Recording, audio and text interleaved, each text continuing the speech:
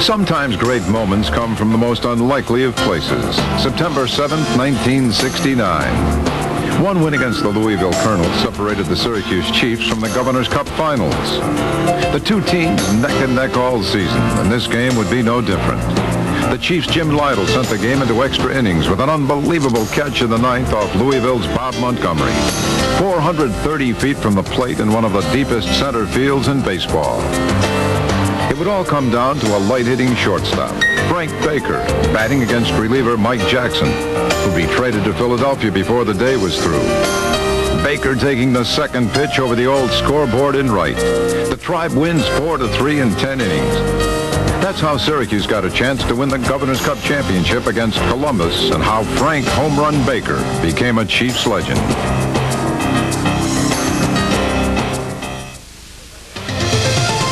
Go back to a time when football was played outdoors with big rivalries against nearby teams. October 1938, Archbold Stadium. Syracuse squaring off against what was then a major football power, Cornell. The Big Red leading handily late in the game, but Syracuse rallies with 3 scoring drives in the final 9 minutes, led by the nearly forgotten Wilmot Sidat Singh, a nationally acclaimed scholastic basketball standout, kept from playing in some parts of the country because he was half black. The Big Red up by 5 with 3 minutes left. Cornell's Vinny Eichler up the middle, but he makes a fatal mistake. Just before he goes down, he hears SU's Phil Allen holler, "Over here, Vinny," and he pitches it. The Orange have it at the Cornell 25. One more play. Sidat Singh to Allen, who takes it into the end zone. The Orange win 1917, in a game considered by sports writing legend Grantland Rice the finest he'd ever seen.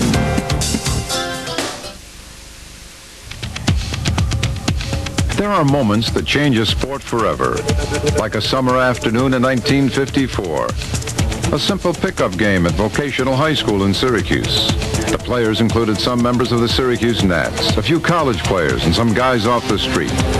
Who they were isn't all that important. What they did is.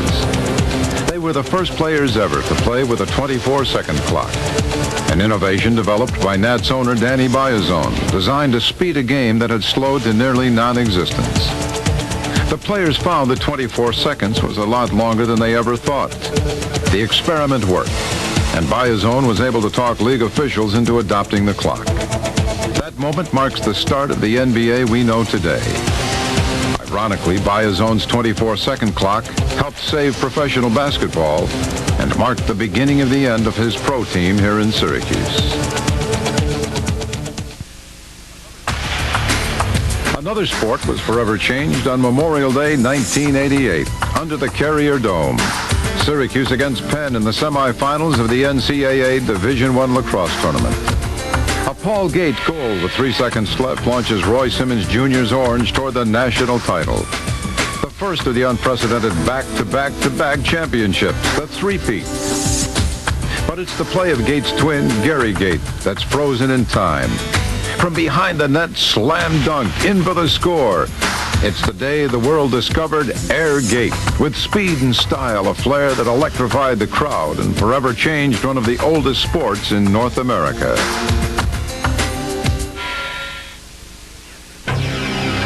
The entry blank read simply K. Switzer, but a hooded sweatshirt concealed history in the making. You see, number 261, K. Switzer, was in fact Syracuse University runner Kathrine Switzer, sneaking her way into the all-male Boston Marathon of 1967. The first woman to run with a registered number. 3 miles into the race, an official tried to rip it off her, even while another woman ran for the second straight year, without fanfare and without a number. It would be 5 more years before women won official sanction. But Kathy Switzer's act of defiance captured international headlines and changed things for generations to come, in sports and in the world around us. The Big East tournament was not always a staple of the Madison Square Garden calendar. In its first few years, it toured from campus to campus, which brought the Carrier Dome one of the greatest games ever played there. 1981, the Big East Finals, Syracuse hosting Villanova. The Orange overcomes a 6-point deficit in overtime to send it to his second, then a third extra period. Eric Santafer misses from 12 feet, but the Canadian Leo Routens tips it in for the tie. Villanova calls for a timeout, but they don't have any left. Jamesville DeWitt's Danny Shays ices it, 83-80 in triple overtime. Many feel it's the Orangemen's greatest victory on the court. But the fledgling Big East Conference hasn't yet earned an automatic berth in the NCAA tournament. The selection committee passes the Orange by, sending Syracuse to the NIT. The greatest season in Syracuse Chiefs history ended with the Tribe listed as visitors in front of a ballpark full of hometown fans. Frank Verdi's 1970 Chiefs had won their first International League pennant since 1897 and eliminated Tidewater and Columbus for a trip to the Junior World Series. But the American Association's Omaha Royals couldn't stop the rain, so the start of the series was switched to Big Mac. After the Tribe won 2 of 3, the field in Omaha was still soggy, so the series stayed here, with the Royals getting last ups here at MacArthur Stadium. And those were the last ups Omaha would get, powered by George Pena, Bill Robinson, and Bobby Cox. The visiting Chiefs held back the pesky Royals to win the Junior World Series 4-1, celebrating the official road victory right in their own clubhouse.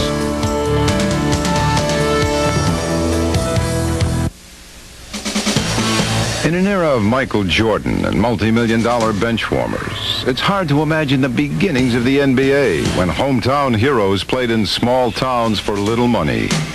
But older fans remember names like Al Servey and Red Rocha, the scrappy Paul Seymour, the redhead Johnny Kerr, George King, Earl Lloyd, Wally Osterkorn, and Hall of Famer Dolph Schayes.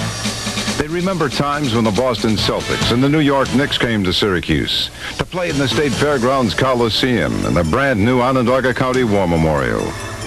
And they remember a time when the Syracuse Nationals ushered in a new era, capitalizing on the up-tempo style forced by the new 24-second clock.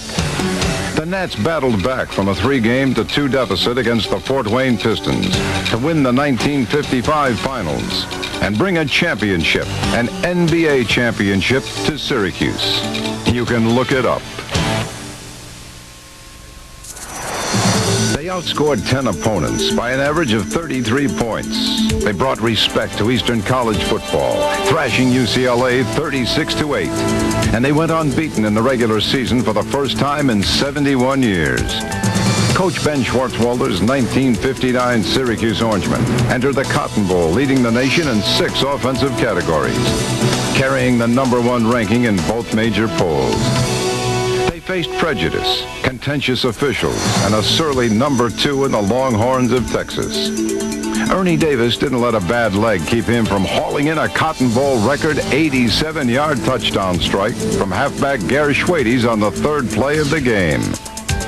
The Elmira Express would go on to score on a 4-yard run and a pair of 2-point conversions as the Orange toppled Texas 23-14 to corral college football's national championship.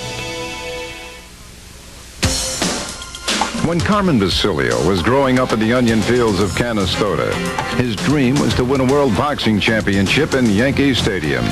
That dream came true in September of 1957. The former Marine and welterweight champ moved up a class to contend for the world middleweight title. And the opposite corner, perhaps the finest boxer pound for pound in history, Sugar Ray Robinson. Basilio gave up 6.5 pounds and 5 inches to the defending champ, but he came to fight. Robinson opened his opponent's forehead with a gash that took 4 stitches to close. But Basilio answered with a flurry in the 11th, 34 unanswered punches. Toe-to-toe they went for 15 rounds. When it was over, Basilio had his title, a split decision. The legendary sports writer Red Smith summed it up with a line that could sum up Basilio's career. Carmen was the middleweight champ because he was willing to pay the price, to suffer whatever pain it might cost to get there and do his job. Dick McPherson was a great believer in tradition. He drilled his players on it. And in 1987, they created some of their own. One after another, opponents fell, and the Orangemen climbed in the polls. 8-0, 9-0, 10-0, an undefeated season on the line, and West Virginia in the way. Syracuse trailing 31-24 with 87 seconds left, salvage a perfect 87 record when quarterback Don McPherson orchestrates a rally for the ages. A completion to Michael Owens and two to Deval Glover, wrapped around an incomplete pass. He pulls the Orange within range when he hits Pat Kelly for the score. In the closing seconds, McPherson pitches to Owens for the two-point conversion in the undefeated season. Syracuse beats West Virginia 32-31 to finish 11-0, earning a bid to the Sugar Bowl and Coach of the Year honors for Coach Mack. Often memorable moments surround a great victory on the playing field. But this one still stings more than a decade later. Jim Boeheim's first trip as head coach to the Final Four, the NCAA Division I Men's Basketball Championship. After downing Providence in the semis, the Orange battled Indiana for the national crown. Chemistry is the word most often used when referring to the team. Ron Cycli at center, the General Sherman Douglas leading the charge, a young Derek Coleman underneath, overachievers Greg Monroe and Howard Trish adding leadership. All five scored more than 400 points on the season, and they outplayed Bobby Knight's Hoosiers for all but the closing seconds of the game. Indiana down by one with 6 seconds left, into the corner to Keith Smart. The memory still smarts for Orange fans. Indiana wins it 74-73 for the title. And a great Syracuse sports moment that got away. Perhaps the greatest figures in sports are those that transcend sports. Ernie Davis was a fleet-footed running back out of Elmira Free Academy, recruited by the legendary Jim Brown to play in the Syracuse backfield, wearing the number 44 that Brown made famous. The soft-spoken Davis led Ben Schwartzwalder's 1961 Orangemen to an 8-3 record and a win in the Liberty Bowl, at a time when some people viewed a black man as a second-class citizen. Nothing could have been further from the truth. After graduating from Syracuse, Davis would be drafted and traded to Cleveland to play with Jim Brown. But leukemia claimed his life before he ever played a down in an NFL uniform. Still, he'd already established a legacy that continues to touch people throughout the country as the first African American to win college football's Heisman Trophy.